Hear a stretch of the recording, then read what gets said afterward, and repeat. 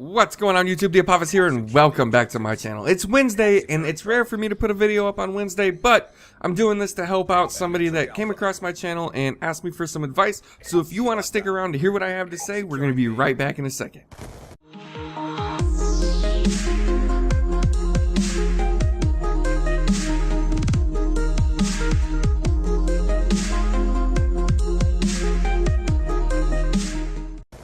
Okay, so I'm going to start out with this advice, and then if I have any remaining time in the video, I'm going to talk a little bit about the Vengeance map pack, because it's all I've been playing for the last day and a half, and I think I've played enough to formulate a first impression, so stick around till the end if you want to hear my thoughts on that.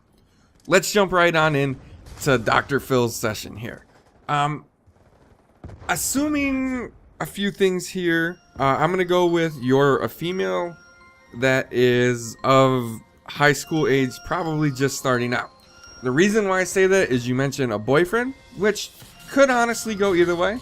And if it's the other way and you are a guy and you happen to have a boyfriend, I'm sorry that I assumed you're a girl. It's just more common to me, so don't take that the wrong way.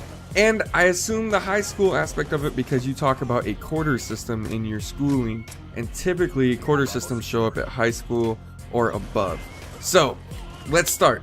You moved away to a different school, and every now and then you go back to visit, and all the friends that you thought were your friends don't give you the time of day. They don't spend time with you. They don't pay the attention that you want them to you, and you don't know what to do about it. Well, quite simple.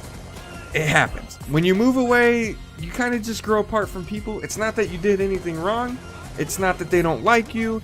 It's just you weren't as close as you thought, and it's kind of an unfortunate thing. But the good news is that the people that still give you the time of day, the people that still pay attention to you, the people that still interact with you when you go back to visit are actually real friends. And that's a really cool thing to know.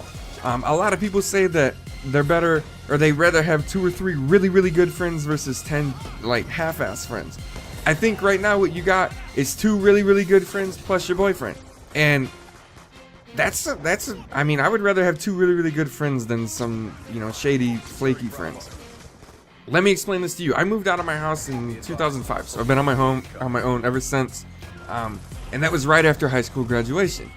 I no longer live in the state that I grew up in. In fact, I'm across the country away. I lost a lot of friends. A lot of the people that I used to, spend time with, we don't talk as much as we used to. On the other hand, I have one friend that I've had for 12 years now, and we talk weekly.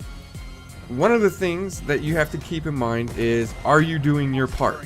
If these people mean something to you, if these people mean a lot to you, if you really want them as friends, you need to ask yourself, are you doing your part in making the friendship work? And what I mean by that is my friend of 12 years, she's the one that calls me.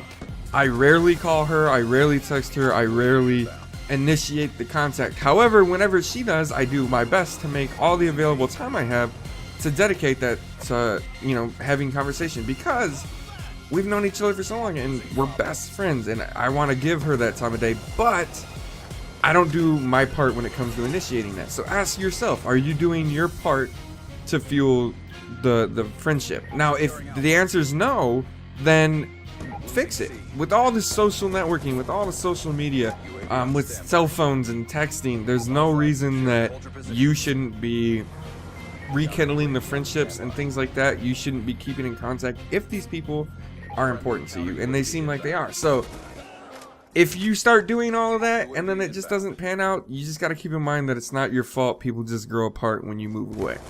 Moving on to the second half of this, I assume your brothers are older. You occasionally catch them smoking. That's why I assume they're older. That seems to be more of a, I'm the older kid in the group, and that would lead me to believe they're 16, 17, possibly 18 years old. Now, they're smoking on the porch, and it's kind of behind your parents' back and all this and that. To me, I don't say anything, man. You want to know what I want to do in that situation? I'm not the type to call people out or to get them in trouble, to tattle on them. It's just not my thing. I'm not saying that that's the right thing. That's just not what I would do. So I'm going to give you 3 options here to solve this. One, you just mind your business and you don't say anything. That's the toughest one to do, but that's the one I would do. The second one is the one that I recommend, and that is talk to them. Let them know how you feel about it. Let them know that you're uncomfortable with the fact that you see it, because if they get caught, it could compromise you if they go, oh, well, Jessica, I don't know if that's your name. If it is, I'm really good at making guesses. Well, Jessica knows we did it, so she should get in trouble too. Like, you should express your concern that you're, well, not really well-being, but that you yourself might be lumped into the trouble if they get caught. So I would talk to them. That's your best bet, is to just tell them how you feel. Now, the third course, and it's probably the least likely, is to actually tell your parents. And I would only suggest this if and only if your family is super close and super tight-knit, and you're one of those families where you just tell each other everything. That's the only way I'd bring it up. Before you decide on which one of those three to do, I want you to keep in mind that if your parents don't smoke, they know your brothers smoke. Smoking stinks. It absolutely reeks. It's horrible on the smell side. And even some smokers can tell when other people smoke.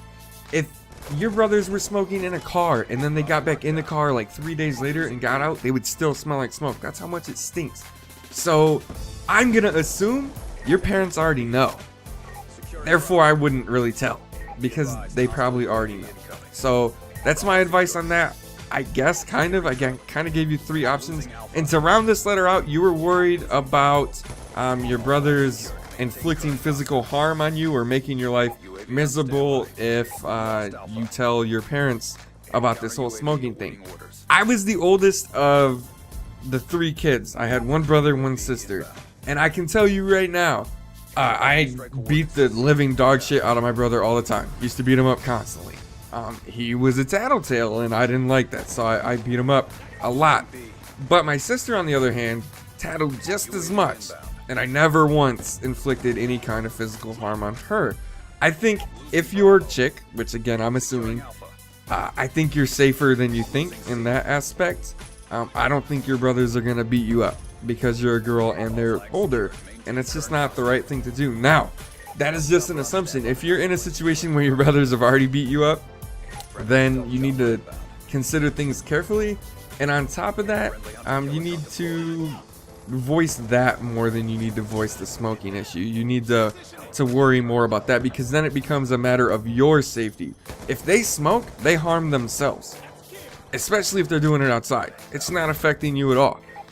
However, if they hit you in the face because you voice your opinion, now they're harming you and it becomes an issue. I don't think I would worry about that so much, but you know your situation better than mine. You kind of just have to think to yourself what's the right thing to do and then do that. So hopefully that helps a little bit. If it does, send me another private message and let me know. Alright, on to these maps. I've been playing this map pack for about a day and a half now. It's pretty much all I've been playing, and I like it a lot. Of the DLC that we've had so far for Black Ops 2, I think this is the best one. The maps are really small, which I kind of like, because I hate dying and then running for 7 years to find somebody. And I don't know, there's a lot of action, there's a lot of chaos. They did a really good job at making all the action funnel to itself. Even if you run around the edges of, say, this map, Cove, you're gonna find 2 or 3 people. If you run in the middle, you're gonna find 2 or 3 people. The same for Rush. No matter which route you take in Rush, you can be flanked, because there's so many different outlets back into the middle, and you're gonna run into somebody, and it keeps it really action-packed. And believe it or not, that holds true with Detour. I absolutely hated Detour at first. It was really hard for me to see anybody on that map because you kind of blend in with the background, but once you learn the traffic patterns, which is everywhere, it really plays nicely. And even though it's very linear, there's tons of cover and tons of ways to flank because it's all under construction, so I think they did a great job with that. The only thing I'm really disappointed about is Uplink, which is the Summit remake, and it's absolutely horrible. It's raining now, it's brown and dark green, it's hard to see people, and with the weapons in Black Ops 2 the way they are, pistols being so overpowered, snipers being fucking heat-seeking bullets, and whatever else, it just doesn't play as fun as it used to because the weapons aren't right for it. And that's my take on that aspect. Now, what I really like about Cove is how colorful it is and how everything funnels you back to the middle again. But mostly it's bright and it's circular, and we haven't seen that. Overall, I think Cove, Detour, and Rush are fantastic maps. They're the best maps in the game, in my opinion, but I don't think that that's enough to convince people to buy the map pack. If you're already done with Call of Duty, if you're already fed up with this game, it's not going to make the game better, so save your money. But if you're still playing it on occasion and you need something to make it fresh and to make it fun again, consider the map pack, because I think it's the best one yet and it's totally worth it. And we'll catch you next time.